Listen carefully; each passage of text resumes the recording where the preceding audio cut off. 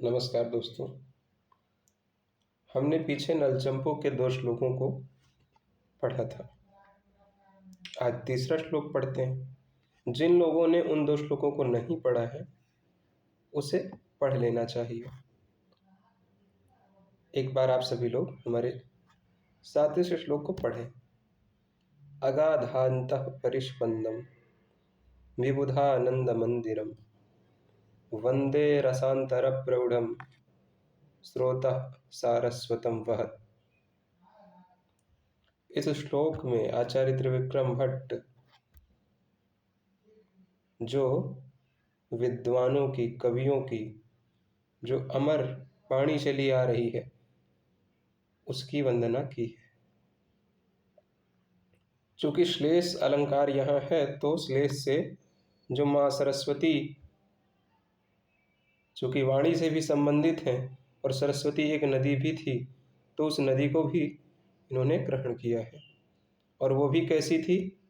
वो भी विद्वानों से संबंधित थी। उसके तट पर ऋषि, मुनि, महर्षि, पंडित सभी आकर के संध्या, वंदन, हवन, भोजन, नित्य क्रिया आदि किया करते थे। इसलिए दोनों ही परम पवित्र हैं। तो जो मुख्य वाक्य है तो इसमें अहम शब्द का अध्याहार कर लेना चाहिए। अध्याहार क्या होता है? वो शब्द जो श्लोक में नहीं है पर स्पष्ट रूप से पता चल रहा है कि वो शब्द होना चाहिए। जैसे वंदे, वंदना करता हूँ, ये उत्तम पुरुष प्रथमा व्यक्ति माफी चाहूँगा, खैर वहाँ भी विभक्ति बोल सकते हैं पर उसे उत्तम पुरुष एक वचन का रूप है। तो वंदे का मतलब है मैं वंदना करता हूँ। किस चीज की? तो वह स्रोतः वंदे, बह रहे, फैल रहे उस प्रवाह, स्रोत बोलते हैं प्रवाह को, तो मैं उस प्रवाह को वंदित करता हूँ, वंदना कर रहा हूँ। तो वो जो स्रोत है वो कैसा है? इस पर कहते हैं वो स्रोत सारस्वत स्रोत है। सारस्वत स्रोत का अर्थ है वह वाणी से संबंधित ज्ञान धारा, जलधारा का स्रोत है। सारस्वत स्रोत का मतलब सरस्वती से संबंधित, उसे हम सारस्वत कहते हैं। तो चूंकि माँ सरस्वती वाणी की देवी हैं तो जो वाणी की एक जो अपनी ज्ञान धारा है उस ज्ञान धारा रूपी स्रोत को, जो कि स्रोत वहत यानी कि फैल रहा है, उसको वंदे। उसी स्रोत के इन्होंने कई सारे विशेषण दिए हैं। अगाधान्तः परिस्पंदम विबुधानंद मंदिरम रसांतर प्रौढ़म, ये सभी के सभी स्रोतः के ही विशेषण हैं। ठीक है। रसांतर प्रौढ़म शब्द का अर्थ है रस से, यानी कि श्रृंगार इत्यादि जो काव्य के, काव्य जब कहा जाए तो उसे आपको अर्थ क्या लेना है? कवियों की वाणी, कवियों की वाणी ही काव्य हुआ करती है। ठीक है। तो रसांतर प्रौढ़म जो श्रृंगार इत्यादि नवरसों से अंतर यानी उसके अंदर प्रौढ़ है यानी कि भरी हुई है, प्रकृष्ट है, श्रेष्ठ है, इस प्रकार के उस वाणी के स्रोत को यानी कि उस वाणी की धारा को जो कि वहत यानी कि फैल रही है, वंदे, वंदना करता हूँ। मैं बार बार अन्वय करके आपको एक एक विशेषण रखते हुए बता रहा हूँ, ध्यान से समझते जाइएगा। जो कुछ न समझ में आए वो आप मुझे या तो व्यक्तिगत रूप से या फिर कमेंट बॉक्स में लिख करके आप पूछ सकते हैं। विबुधानंद मंदिरम, विबुध शब्द का अर्थ होता है विद्वान। बुध शब्द में धातु है बुध अवगमने, अवगमन का मतलब होता है समझ, यानी कि जो समझदार है वही विद्वान है। तो विबुध का मतलब क्या होता है? जानकार, समझदार। तो उन समझदारों, उन विद्वानों, उन प्रबुद्धों के आनंद का मंदिर, मंदिर बोलते हैं स्थान को, जगह को। तो जो आनंद की जगह है यानी कि विद्वानों की आनंद की जगह है जो स्रोत, यानी कि जो जलधारा, जो ज्ञान धारा, उस ज्ञान धारा को मैं प्रणाम करता हूँ, वंदे। एक श्लोक आप सभी ने सुना होगा, उसमें कहा है कि काव्य शास्त्र विनोदेन कालो गच्छति धीमताम, कि जो धीमान शब्द का अर्थ है, धी का मतलब होता है बुद्धि, मान का मतलब है जिसके पास है, धीमान का मतलब बुद्धिमान, समझदार। तो समझदारों का जो समय है वो काव्य शास्त्र के विनोद में गुजरता है, यानी कि उनके आनंद का, उनके मनोरंजन का जो स्थान है वो क्या है, काव्य। और यहाँ जो श्रोता शब्द है वो एक पक्ष में, जब वाणी के पक्ष में लेंगे तो काव्य जैसे अर्थों में ही है कि विबुधों यानी विद्वानों के आनंद का जो स्थान है, स्रोत, यानी कि ज्ञानधारा जो वाणी से संबंधित है, सारस्वत स्रोत जो है, उसको मैं प्रणाम करता हूँ। अब परिस्पंद शब्द का अर्थ देखो। परिस्पंद का मतलब होता है चमत्कार युक्त।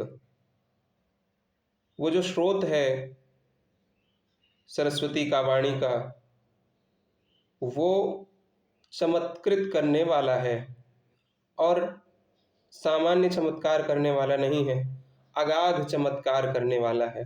यानी कि अगाध शब्द का अर्थ होता है महान, बड़ा, अपरिमित, जिसकी सीमा न हो, असीम आनंद को, चमत्कार को उत्पन्न करने वाला, जो पंडितों, ऋषियों, मुनियों के आनंद का स्थान है, जो श्रृंगार इत्यादि नवरसों से प्रौढ़ है, युक्त है, ऐसे वाणी से संबंधित उस ज्ञान धारा बहते, वहत का मतलब है फैलती हुई उस ज्ञान धारा को अहम वंदे, अहम त्रिविक्रम भट्टः वंदे, वंदना करता हूँ। ये बात आपको समझ में आ गई होगी। अब नदी वाले पक्ष में इसको घटा के देखो, जब वो जल धारा यानी कि नदी की बात कर रहे हैं। अगाध शब्द का अर्थ अभी मैंने बताया महान, या अगाध शब्द का अर्थ गंभीर, ठीक है। जो अंतः, अंतः शब्द का अर्थ होता है भीतर, जो अंतः का मतलब अंदर, ठीक है, भीतर। तो जो भीतर से अगाध है यानी कि बहुत गंभीर है, शांतिपूर्वक बह रही है। और परिस्पंदम, परिस्पंद का मतलब होता है जो भंवर नदियों में घूम रहे होते हैं, चक्री, वो उसमें हैं, युक्त हैं। और वो कैसी है, विबुधानंद मंदिरम, जब देवता आकाश से देखते हैं उस नदी को, उस सारस्वत स्रोत को, तो वो प्रसन्न होते हैं, इसलिए देवताओं के आनंद का वह स्थान है। विबुध शब्द का इस पक्ष में क्या अर्थ है, देवता। दूसरे पक्ष में, वाणी वाले पक्ष में क्या अर्थ था, विद्वान, समझदार। तो कहते हैं उस आनंद के स्थान को जो कि रसयांतर प्रौढ़म, रसांतर प्रौढ़म, रस शब्द का एक अर्थ होता है पृथ्वी। तो जो पृथ्वी के अंदर अंदर प्रौढ़ यानी कि युक्त है, प्रकृष्ट है, श्रेष्ठ है। और वो जो वहत यानी बह रहा है, क्या, स्रोत यानी जलधारा। और कौन सी जलधारा, तो सारस्वतम यानी सरस्वती नदी से संबंधित जलधारा, उस जलधारा स्रोत को अहम त्रिविक्रम भट्टः वंदे, वंदित करता हूँ। बात समझ में आ गई? ठीक है, आगे चलते हैं। अनुष्टुप श्लोक आप सभी जानते ही हैं। और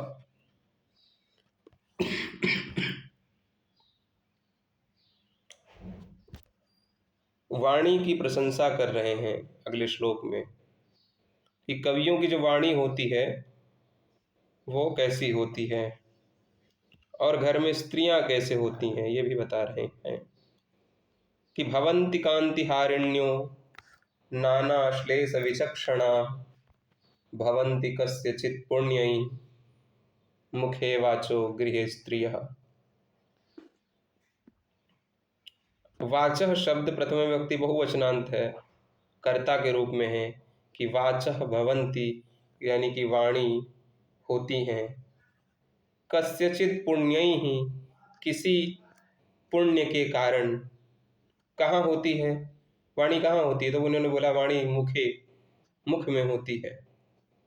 और वो जो वाणी है वो कैसी वाणी होती है, इसके विषय में जो पूर्वार्ध है यानी पहली पंक्ति है, वो सभी के सभी प्रथम व्यक्ति बहुवचनांत हैं, स्त्रीलिंग के हैं और वाचः के विशेषण हैं एक पक्ष में। प्रसन्नाः का मतलब है प्रसाद गुण से युक्त अथवा प्रसन्न करने वाली। ठीक है, सभी की बातें हमें अच्छी नहीं लगती हैं, सभी की बातें अच्छी नहीं होती हैं। क्यों? क्योंकि उनमें प्रसाद गुण नहीं होता है। तो यानी कि जो प्रसाद गुण से युक्त है ऐसी वाणी, जो कांतिहारिण्या यानी कि जो अपने रस के कांति से, क्योंकि जब कोई सरस बातें करता है तो जो रसयुक्त बात होती है वो एक प्रकार की कांति है, दीप्ति है। क्योंकि वाणी का जो सौंदर्य है वो किससे झलकता है? उस बात की रस से झलकता है। तो उस रस की जो कांति है, उस कांति से लोगों के चित्त को जो हरण करने वाली है वाचः, वो वाचः कस्यचित् पुण्यैः एव मुखे भवन्ति, किसी पुण्य के कारण ही मुख में होती है। फिर बोलते हैं कि नाना श्लेष विचक्षणाः। नाना का मतलब है बहुत सारे, श्लेष के कई सारे प्रकार माने गए हैं, कई लोग 4 माने हैं, 8 माने हैं। तो बोले उन सभी श्लेष के प्रकारों से जो विचक्षण यानी कि युक्त होती है, निपुण होती है, ऐसी वाणी कस्यचित् पुण्यैः एव मुखे भवन्ति। श्लेष अलंकार उभय अलंकारों में आता है। आप सभी जानते हैं अलंकार 2 प्रकार के होते हैं, अर्थालंकार, शब्दालंकार। जो श्लेष है वो दोनों का ही द्योतक है, यानी कि ऐसी वाणी जिसमें अर्थालंकार और शब्दालंकार दोनों से ही युक्त हो, विचक्षण हो, ऐसी वाणी मुख में कस्यचित् पुण्यैः एव भवन्ति, किसी पुण्य के कारण ही होती है। चूंकि ये काव्य श्लेष में लिखा गया है, इसलिए ये बात कह रहे हैं कि मैं ये जो ग्रंथ लिखा हूँ ये किसी पुण्य का ही फल है। क्यों? क्योंकि मुख में जो श्लेषयुक्त बात है वो कस्यचित् पुण्यैः एव भवति। ये एक और बात कह रहे हैं कि जो काव्य है वो व्यवहार विदे, व्यवहार को जानने के लिए होता है। तो श्लेष युक्त बात कोई कब कर सकता है? जब कोई श्लेष युक्त बात सुना हो, ठीक है, जानता हो, पढ़ा हो, कभी उसे व्यवहार में लाया हो। तो ये जब श्लेष युक्त बातें पढ़ोगे तो आपके मुख में भी ऐसी वाचः भवन्ति, ऐसी बातें आएंगी जो कि नाना श्लेष विचक्षण हों। अब स्त्री के पक्ष में भी ये कहते हैं, समान विशेषण है और कह रहे हैं कि जो घर में स्त्रियां होती हैं, गृहे स्त्रियः कस्यचित् पुण्यैः एव भवन्ति, घर में जो स्त्रियां होती हैं वो भी किसी पुण्य के कारण होती हैं। तो बोले किस प्रकार की स्त्रियां? तब ये बोलते हैं प्रसन्नाः, खुश रहने वाली, प्रसन्न रहने वाली, या फिर प्रसन्न करने वाली, जिनको देख लेने के बाद मन प्रसन्न हो जाए, ऐसी स्त्रियां गृहे यानी घर में कस्यचित् पुण्यैः एव भवन्ति, किसी पुण्य के कारण ही हुआ करती हैं। और कांतिहारिण्यः स्त्रियः, ये सभी के सभी स्त्रियः के विशेषण हैं। तो प्रसन्नाः, कांतिहारिण्यः, नाना श्लेष विचक्षणाः स्त्रियः। तो कांतिहारिण्यः का मतलब है जो अपने सौंदर्य से मन को हरण कर लें, इस प्रकार की स्त्रियः कस्यचित् पुण्यैः एव गृहे भवन्ति, किसी पुण्य के कारण ही घर में हुआ करती हैं। आगे चल करके ये कह रहे हैं कि नाना श्लेष विचक्षणाः। श्लेष शब्द में जो धातु है वो है श्लिष आलिंगन। आलिंगन का मतलब होता है चुंबन। चुंबन के एक आचार्य हुए हैं कामशास्त्र के विद्वान, जिनका नाम था आचार्य चंडपाल। उन्होंने 12 भेद कामशास्त्र में बताए हैं। ये जो कामशास्त्र वात्स्यायन का प्राप्त होता है, ये तो अंतिम अंतिम का है। जिस प्रकार से पाणिनीय अष्टाध्यायी के पहले भी व्याकरण के ग्रंथ थे, व्याकरण के कई सारे आचार्य थे, उसी प्रकार काम शास्त्र के बहुत सारे आचार्य थे। काम के विषय पे बहुत सारी चर्चाएं हो चुकी थी। उसी में से एक आचार्य हैं चंडपाल, जिन्होंने आलिंगन के, चुंबन के 12 भेद बताए हैं। ठीक है, तो इन्होंने कहा कि नाना यानी कि अनेक प्रकार के, और हाँ उन्होंने ये भी कहा है कामशास्त्र में ही कि जैसे 12 भेद बताए गए हैं, तो जब व्यक्ति उस अवस्था में होता है तो सभी भेदों का स्मरण रहे ऐसा नहीं हुआ करता। ऐसा वही लिख रहे हैं आचार्य, वहाँ पर लिख रहे हैं कि व्यक्ति वहाँ पर शास्त्र को याद रखे या समझे या उसके अनुकूल आचरण करे, ऐसा नहीं होता। अपने आप से भी कई सारे भेद हो सकते हैं। यानी ये प्रधानतया 12 भेद हैं, बाकी कई सारे हो सकते हैं। तो उन नाना प्रकार के श्लेष यानी कि चुंबनों में, आलिंगनों में जो विचक्षण है, यानी जो दक्ष है, जो निपुण है, ऐसी स्त्रियां घर में यानी गृहे कस्यचित पुण्यैः, किसी महान पुण्य के कारण ही भवंती यानी होती हैं। बात समझ में आई? कि मुख में वाणी जो कि प्रसाद गुण से युक्त हो और सुनने में मनोहर हो, जिसे सुनकर मन हरण हो जाए, मन करे कि सुन लूं इसकी बातें, ऐसी बातें करने वाला, और उसकी बातों में अर्थालंकार शब्दालंकार हों, ऐसी जो बातें हैं वो किसी के मुख में किसी पुण्य के कारण ही हुआ करती हैं। और जो देखने में बहुत ही कांति युक्त हों, ऐसी स्त्रियां जिन्हें देख लेने के बाद मन प्रसन्न हो जाता हो, जो अनेक प्रकार के चुंबनों में, आलिंगनों में। अच्छा एक बात है, चुंबन सुनते हो तो सीधे इसको वहीं मत पहुंच जाओ, वो कई प्रकार का चुंबन होता है। उन्होंने जब वहां कहा है तो जो सामान्य स्पर्श होता है ना, हम किसी का हाथ पकड़ते हैं, एक प्रकार का ये भी चुंबन है। ठीक है, तो चुंबन को एक जो खास जगह पे ले जाकर देखा गया है वही चुंबन नहीं होता, वो तो एक भेद मात्र है। बाकी अन्य तो चुंबन का मतलब यहाँ ऐसा नहीं कि सिर्फ वैसा ही, इसका मतलब है जिस समय कोई निराश हो उसके सर पे अपना हाथ रखना, उसे अपना स्पर्श देना, ये भी एक प्रकार का चुंबन है। आप चलते चलते आपके साथ में किसी का स्पर्श हो जाता है, या आप जानबूझ के या वो जानबूझ के कर देता है, वो भी एक प्रकार का आलिंगन है, वो भी एक प्रकार का चुंबन है। तो जो अनेक प्रकार के स्पर्शों में यानी कि भावनात्मक क्रियाओं में, ठीक है, युक्त हो ऐसी स्त्री, ठीक है, कम मिलती हैं या फिर पुण्य से ही होती हैं।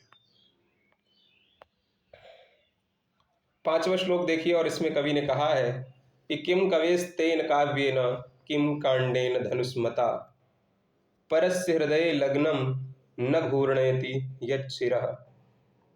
कि कवेः काव्येन अथवा तेन काव्येन किम, कवि के उस काव्य के द्वारा क्या, यानी कोई लाभ नहीं है। यदि परस्य हृदय लग्नम शिरः न घूर्णयति, और किम कवेः तेन कांडेन अथवा किम धनुष्मतः तेन कांडेन, कि धनुष मत यानी कि जो धनुर्धारी है उसके कांड यानी कि बाण से क्या लाभ, यदि शत्रु के हृदय में लगे और शत्रु का सिर न हिल जाए।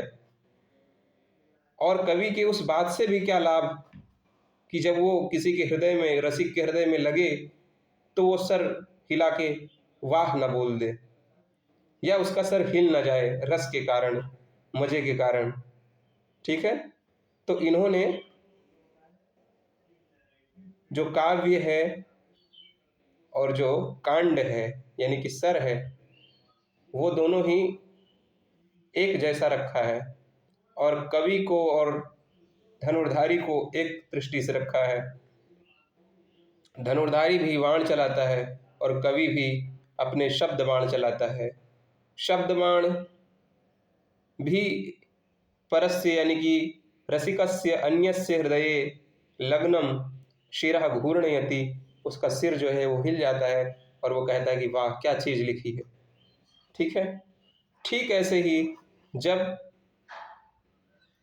कोई योद्धा अपने शत्रु को मारता है बाण, और वो बाण कहाँ लगता है, जहाँ पर कवि का काव्य लगता है, हृदय। ठीक है, हृदय में ही उसका बाण लगता है और फिर उसके शत्रु का भी सिर हिल जाता है। हिल जाता है मतलब चक्कर आ जाता है, गिर जाता है, मर जाता है। ऐसे कहने का मतलब है दोनों ही तीक्ष्ण होने चाहिए, तीव्र होने चाहिए, उत्तेजक होने चाहिए कि जो लगे तो व्यक्ति वाह बोले। ठीक है, प्रभावी होने चाहिए।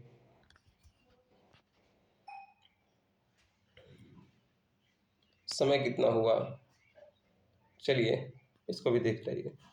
अप्रगल्भाः पदन्यासे जननी राग हेतवः संत्यके बहुलालापाः कवयो बालका इव। कहते हैं कि कुछ कवि बालक की तरह होते हैं। जो कवि पदन्यास, पदन्यास का मतलब है पद विन्यास, पदों का रख रखाव। कविता होती है ना, तो कविता में पद चयन अथवा किस पद को कहाँ रखना है, किस विशेषण को पहले रखना है, किसको बाद में रखना है, इसी को बोलते हैं पदन्यास, पद विन्यास, शब्दों का रख रखाव।